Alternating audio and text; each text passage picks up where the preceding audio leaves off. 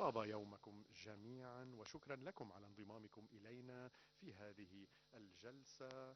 أصحاب السعادة، سعيدة جدا بوجودكم معنا جميعا. We are very happy to have you on the stage today so that we focus on the topic that is controlling everyone, which is what's happening in Gaza, and also the responsibilities not held into account by the world. We have very important questions that we want to tackle.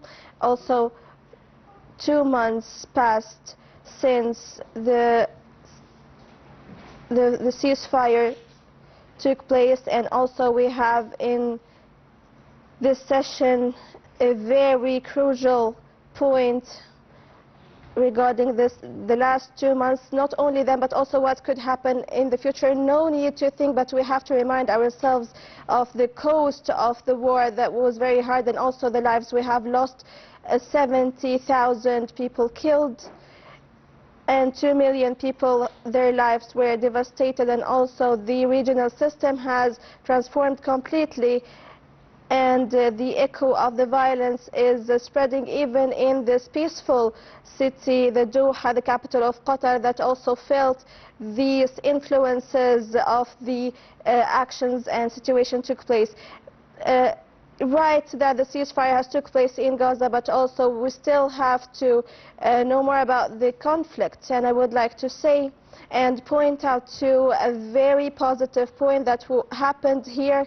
I would like to shed the light in the session on us, on the international community, and the role of the international role in this regard. We are mainly using these terminologies of the international community, as we have many countries and organizations, leaders that are participating and sharing in this session to achieve these goals. We would like to listen from you ideas that are honest, sincere, in relation to the reasons that led to this failure, in also the approach that the international community tackled in approaching the crisis in Gaza. I would like to work as much as possible focusing on this question: what do we mean actually by the international community in this era, as we're watching the atrocities committed in Gaza? There is a question I would like to pose to everyone, then I would like to move from everyone to another for more questions. Mr. Minister Albares, I start with you. 2 months have passed regarding the ceasefire, stopping the conflict, and also the declaration of the 20 actions that was in the Trump's plan, that also was approved by Spain and also many countries. I listened to you today morning with the Prime Minister. You have said that the plan is stuck in the first phase, that took a very long time, and the second phase was postponed. As if we can say, this is the conclusion that we reached looking at what Sheikh Mohammed Sabah today. What is the issues that are certain and should happen in the next 2 months, so that we make sure we are not we don't stay in this situation that is stuck between war and peace? I think we have a hope, and we have to work very fast to move to the second phase. This could happen in the agreement of ceasefire. With that, it is not acceptable that we have a ceasefire agreement that is violated every week. We have tens of Palestinians innocent that are killed. This should stop. We need to enter huge amounts of humanitarian aid into Gaza Strip. And also we should put the international organizations in the distribution process. That should happen in a separate forum, and also not biased forum, and the Gazan people should also enjoy or have the right to have the access to the food aid, and we have to act fast. The Palestinian power should be in the heart of any transferring institution. We should think about the future of the Middle East and also the Gazans. We also, as the international community, we have to make sure of this.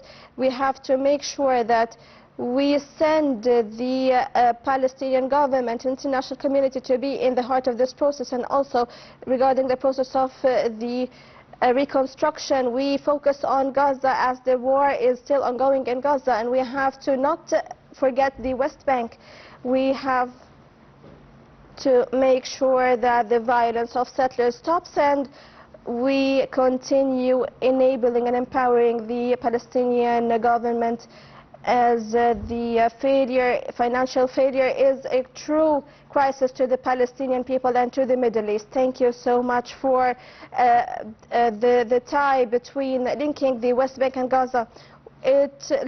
It may seem that the United Nations has a secondary role in this approach, and it could seem that the organization is not taking the leading role that we expect from it. Of course, everyone expects from the United Nations and also the Security Council to have a pivotal role. So what is your vision regarding the United Nations and how to make sure it is taking a bigger role than this? I think the real danger is the two roles, because organizations were established that are working in the field that the United Nations used to work in for years. For example, the UNRWA, that is providing the services. We should save it, and we should put it in the heart of the process. And for the Palestinian government, if they had organizations working on the ground, we had to not create parallel organizations, and we should use these organizations to achieve peace, and this is the role of the Palestinian government in the future. Mr. Minister Badr Abdulaty, the minister has shed the light on the Palestinian government, and Egypt has taken a leading role and exerting efforts in having a technocrat committee to lead Gaza soon, but we have not enough clarity in the vision regarding this committee, and also the relationship between this committee with the Security the Council of Peace. And also, how do you look at the relation between the committee, the technocrat committee, the Palestinian technocrat committee, and with the Security Council?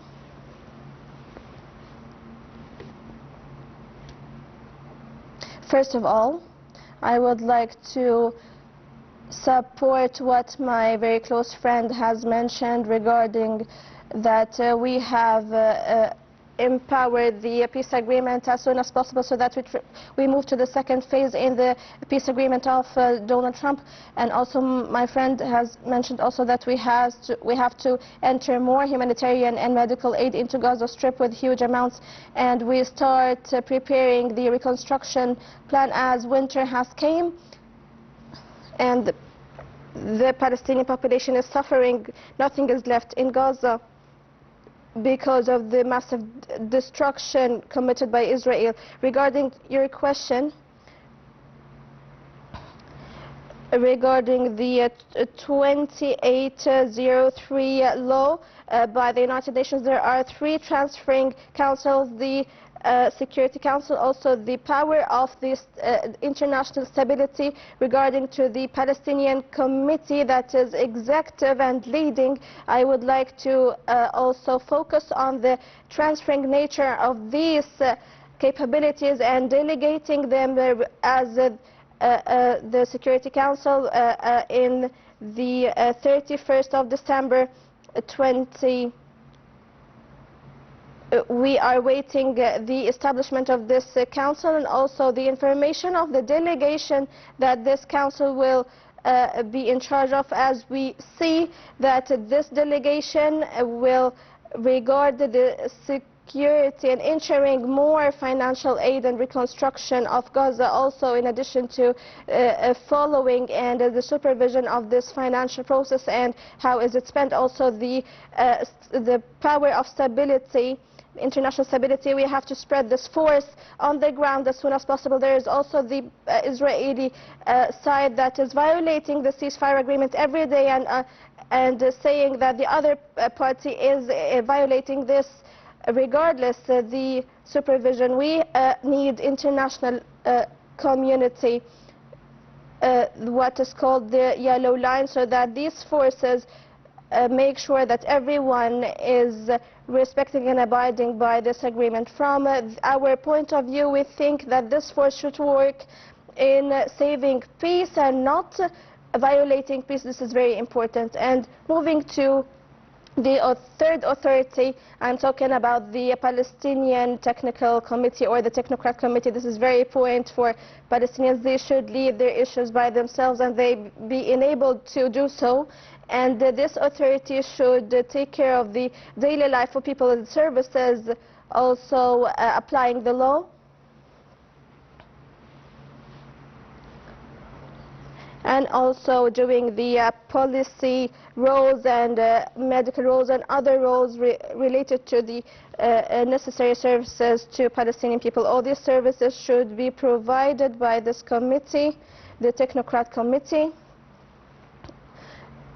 so that the Palestinian government should take over the role in Gaza. We should confirm that Gaza and the West Bank are a part of the Palestinian independent state, and this is very important, that this relation is not a choice. Secondly, we cannot accept the division of Gaza. Gaza is one area and we should save it in this form with tying it to the West Bank, and then we have to open all the crossing borders. There are 5 crossing borders between Israel and Gaza, and as Israel as the occupation force should open it and also allow the humanitarian aid into Gaza. And also this regards to Rafah border crossing. As you know, that the Rafah border crossing is open 24/7 from the Egyptian side, but the problem is from the other side, because Israelis are closing Rafah border crossing from the Gaza side, and we are insisting that this is a red line for us. We insist that Rafah border crossing is not a gate for displacement of Palestinians or getting people out of their land and their homes. Regardless any justification of displacing Palestinians, this is their land. There should be we should only allow people who were injured and who need medical aid from outside to leave, and people who are ending their medical process, they should get back to Gaza Strip to get back to their land. And therefore, as I mentioned, the border should be open from the 2 sides, otherwise this issue would be impossible. And again, Rafah border crossing is not a gate for displacement. This is only used for entering humanitarian and medical aid into Gaza with huge amounts.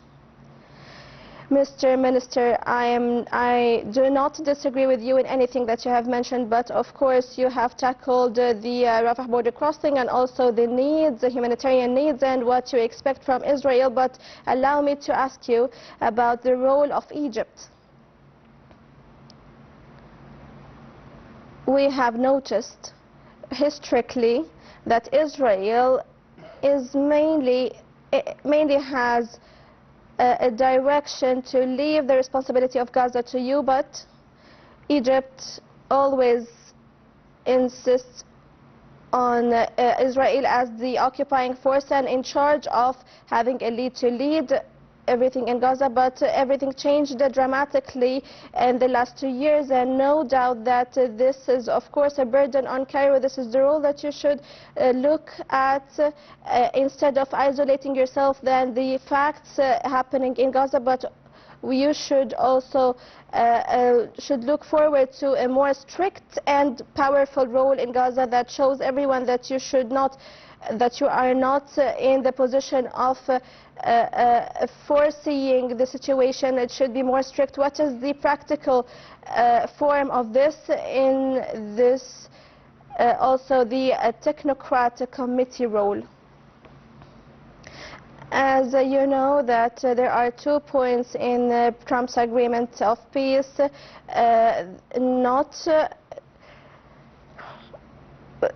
not refusing the displacement, and also we have focused on this. This plan is followed by the 2803 agreement, and also we are helping Palestinians to stay in their lands and their homes, and to help them also in building their country. There is no solution ensures the stability and sustainability of peace in the Middle East, all of it without having an independent Palestinian state. This is the only choice that is available, and any other solutions will be temporary. In addition to that, you know that Egypt is exerting a huge effort of entering humanitarian aid into Gaza. 70% of the humanitarian aid entered to Gaza was by Egypt, 70% of it. The 30% remaining came from other different countries, and we are also talking about 600,000 tons of aid, humanitarian and medical aid, that entered Gaza Strip. We are looking forward. We are continuing entering this humanitarian aid. This is our responsibility, but I say again, Egypt will not lead Gaza Strip, and there is no country leading Gaza Strip. Palestinians are the people who will lead and govern themselves. Thank you so much, Mr. Minister. Mr. Minister Espen, I get back to my first question. What is the issue that you think and like to see to ensure that we are not stuck in this situation that is stuck between war and peace, and it is freezed? How can we avoid this crisis if we want to get out of this chaos that we see in Gaza Strip? Also looking at the devastating situation in Gaza, so what you would like to see in the next weeks? Thank you so much. I would like first to say that I agree with all what was mentioned by my 2 colleagues, Al-Baras and Abdulaty, and I will not repeat what they have said. I think that their speech is recorded, but to get back to your question, I think that the first answer is in the agreement of the phases, and also the agreement between all of these institutions in the 20 points declaration. That regarding also in Sharm el-Sheikh, we have confirmed our support to Trump's plan, which includes many right points, but also not clear to the consequence. So yeah, there are many phases, but every party should say, I will execute this part, and when the other party executes the other party, we should work on the consequence, and also the establishment of the governing institutions like the Peace Council. This will happen this month, and you are very right. Now we are in a very fragile agreement in the ceasefire, and we have to move forward, and we cannot stay many weeks in this situation, but the alternative is to get back to the chaos and war, or to move forward, and this is the ideal answer: the agreement on the consequence and establishment, the transferring institutions. And as my colleague, the Minister Badr, these authorities are temporary. Everyone should know that these authorities are temporary, as he mentioned, and they should pave the way for the governance of Gaza by the Palestinian government. Regarding the consequence, this always embodies a crisis and a problem in any peace process. You have participated in many peace processes, and of course it is right that the agreement on the consequence of the phases is very crucial, but talking about the power of international stability, Mr. Minister has shed the light on the role of Israel, but Israel focuses also on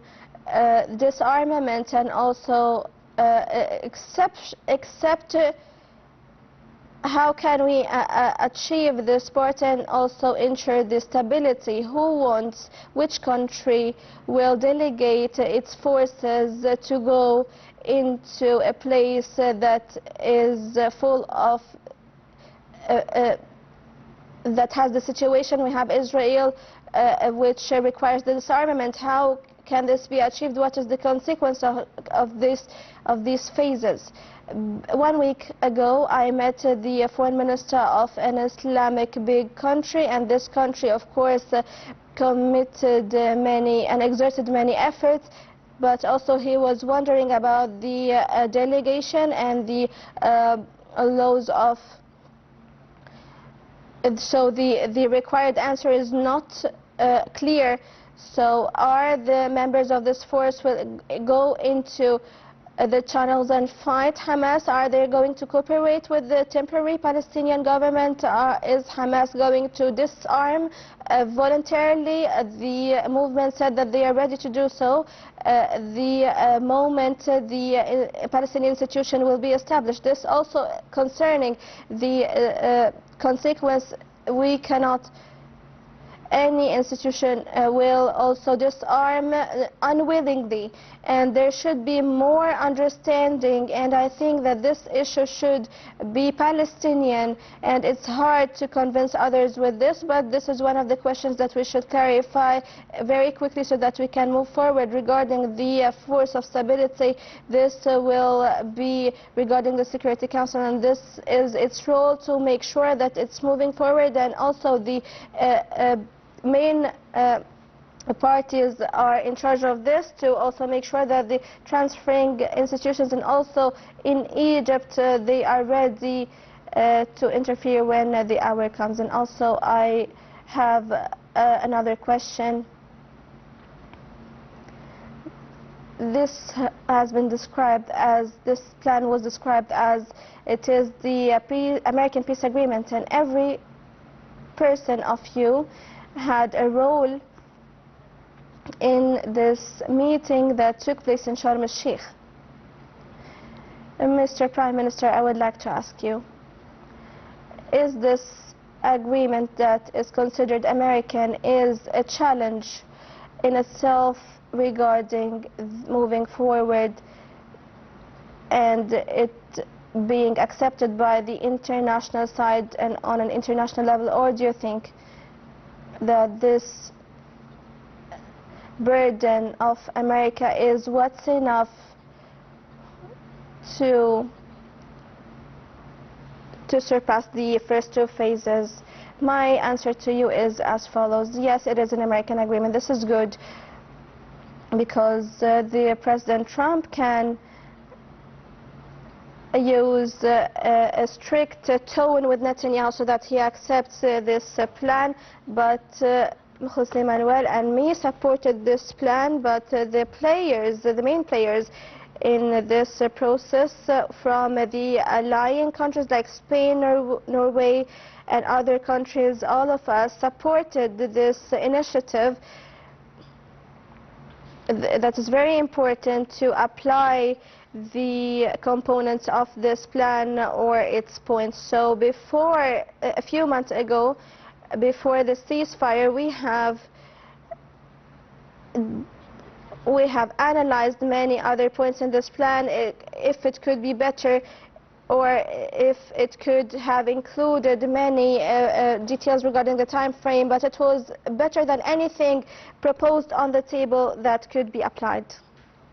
Therefore, it's very important that the President Trump be convinced, he was convinced that we should build on this idea, and there is no way we end the war in Gaza and say that everything is over. This war is among many wars, and this one today in Gaza maybe had ended, but the roots of the conflicts was not tackled. Maybe this is the start of the solution. From here comes the necessity to build this bridge of ending the ceasefire immediately for building or moving to finding a permanent political solution. This is now I can move to Mr. Minister Manuel to the Minister from Saudi Arabia. We know that Saudi Arabia worked with other countries to make sure that we are not far away from this initiative, this main initiative. This is the plan constitutes of 20 plans that were approved by the Security Council. Does this align with the international alliance to have the two-state solution that you worked on establishing it, or is it something different? I'm asking because this idea might become confusing in...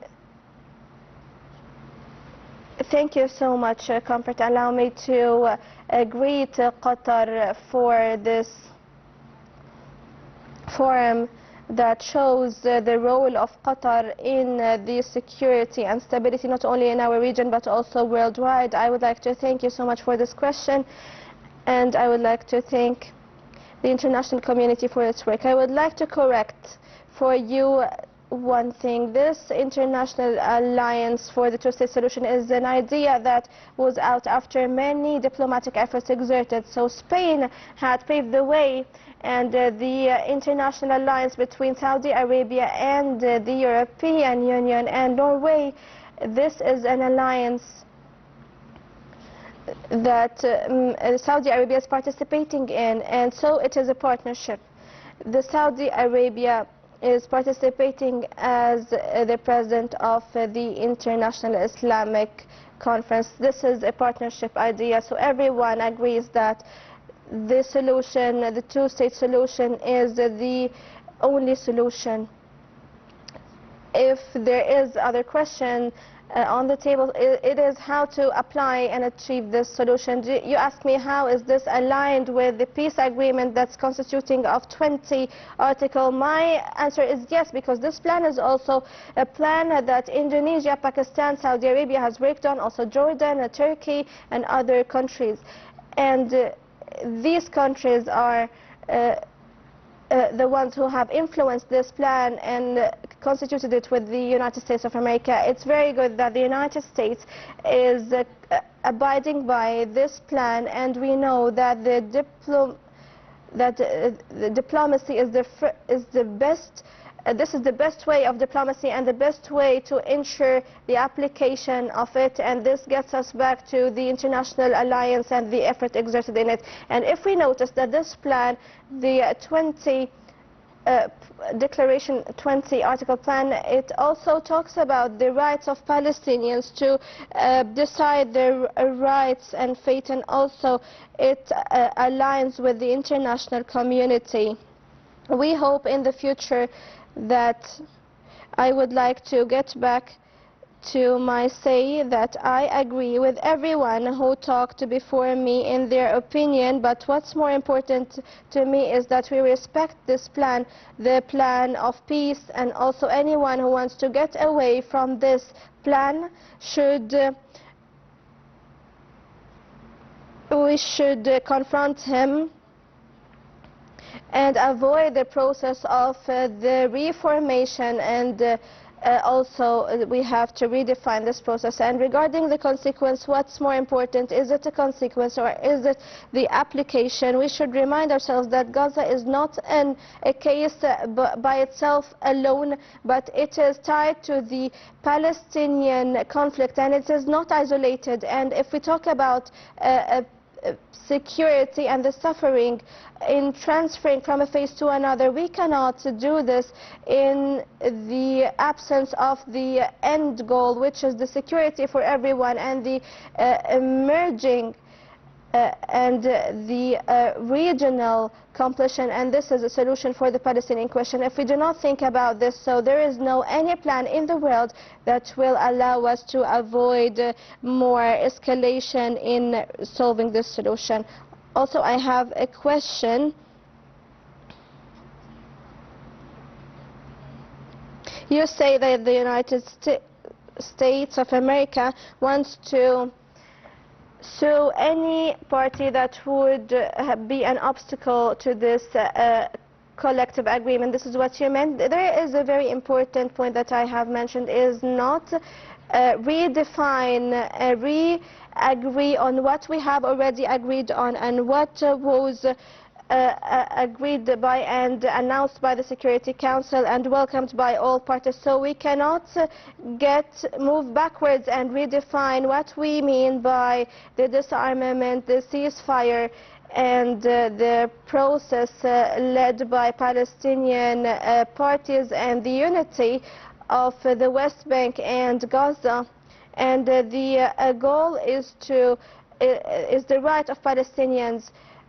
We cannot repeat the redefinition of these concepts and get into this dilemma, because we will be lost in details and we will not see the big picture.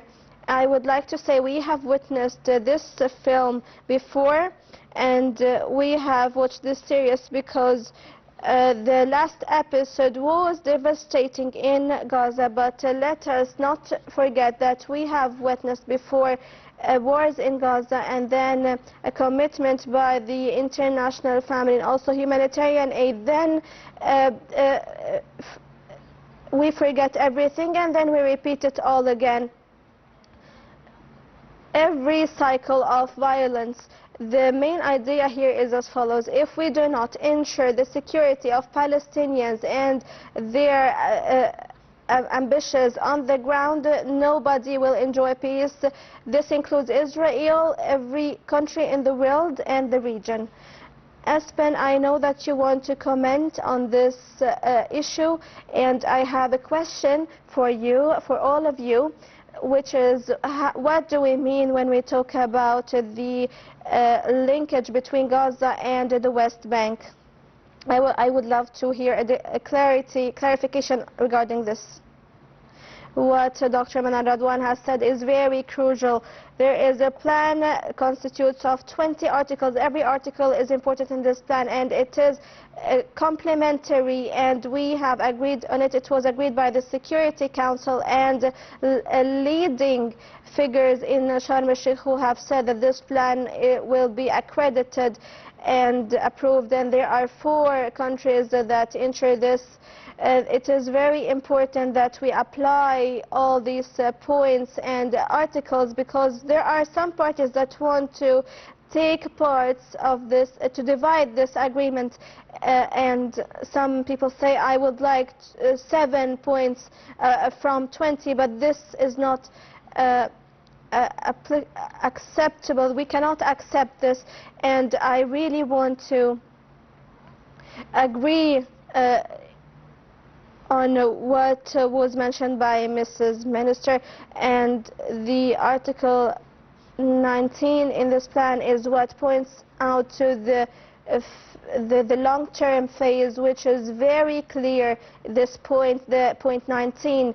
But I would like to say that some of the West countries has a condition that there should be a reformation in the Palestinian government, but we support this, but we cannot say that the right of Palestinians is not given to Palestinians before the reformation of the Palestinian government. Here we can support the reformation, but this should not take the right of Palestinians away from them. I also have another question. In what we're witnessing in Gaza, we notice also the rapid of the linkage of taking the West Bank. We are witnessing what's happening in this area. We want to know what is meant by this exactly. What is the approach of applying this? What are the consequences if Israel do not abide by this? You have mentioned more than once that the European Union, it should take a stronger position regarding Israel. How can we achieve this? Regarding to me, there are 3 points very important. First, I think we will not confirm or approve the linkage. On the short term, we can talk about, for example, who will provide the water and humanitarian aid, who will provide the security and the policy services, the security services, from the training to working on the ground. There is a Palestinian government that is one and unite. Let's not be double-faced and waste the efforts exerted in this. Of course, all European countries should push forward in this direction. This is what the European colleagues has mentioned. There is something wrong. We do not require from the Palestinian government to come with the results, but we are talking about European countries had limited these abilities.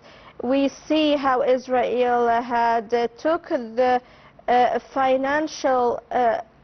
right of Palestinians in the financial part, and we should allow the Palestinian government to work. I think at the end that there is a way that should be there between the West Bank and Gaza, and this country be under one government, and the capital is Jerusalem, East Jerusalem, and we should understand first who will provide the security and justice.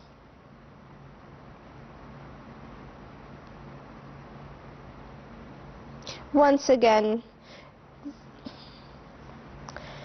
the communication between the linkage between the West Bank and Gaza is very crucial. The stability in the area will not be discussed without having an independent Palestinian state. This means Gaza and the West Bank and all the lands that were occupied in June 1967. The situation today in the West Bank is worse than what it is in Gaza. There are daily attacks by settlers for putting fear for planting fear of the residents and isolating them from these lands, and the same thing they are trying to do it in Gaza. So the violence of settlers also taking the lands and the settling activities. What I mean here is this settling plan that wants to divide Gaza from the west to the east, or between the north and the south. This would make the environment in Gaza not acceptable. We should have our eyes open on what's happening in the West Bank, and we should deal with the Trump's peace plan, that it is one plan, united, and it confirms that the Israeli forces should leave Gaza, and this should happen in the second phase of Trump's plan. And without this, we cannot talk about the stability in the region. And regarding the political approaches in Trump's plan of the peace, this diplomatic space, it's not about the aid, but what is the importance and use of aid if we're not creating hope for Palestinians, and that we have a political space, an opportunity for this peace, or we would not achieve stability once again. And talking about West Bank, and there is one thing very important: we have to enable the Palestinian government so that it spreads in Gaza and be present in Gaza, so that we ensure the unity and the completion between Gaza and the West Bank. We also have 2 minutes, almost 2 minutes. I would like to end with Manuel and then with the Minister Espen. How can we avoid this situation that the speakers are talking about here regarding the stability? How do you see the Saudi Arabia, its role in this regard? First of all, we should agree that all of this should be sued by the Palestinian Party, that we should carry the voice of Palestinians to everyone. This includes the United States. And let me say something about the reformation. Palestinians are doing this for 30 years, and we have the President Mahmoud Abbas, who has put a plan of reformation, and he abides by it, and this is important for Palestinians. We're working on a daily basis as the Kingdom of Saudi Arabia with the Palestinian government for helping them in this reformation process. But what we need is really to end this conflict and to execute the 20 declaration agreement of President Trump, but also we need the reformation in the government. You have an Israeli government that is rejecting the two-state solution and is also committing violence against the Palestinians and Muslims all over the world. There is no ally and partner in peace and also to achieve this ceasefire. This is the reformation plan that we would like to see. I wanted to involve Mr. Espen, but the statement that you have ended with is excellent to end this session. All of you has worked as partners to reach this phase. Espen, you will impose this on me to give you the chance for the last word. I would like to mention, in addition to what was mentioned by Manal,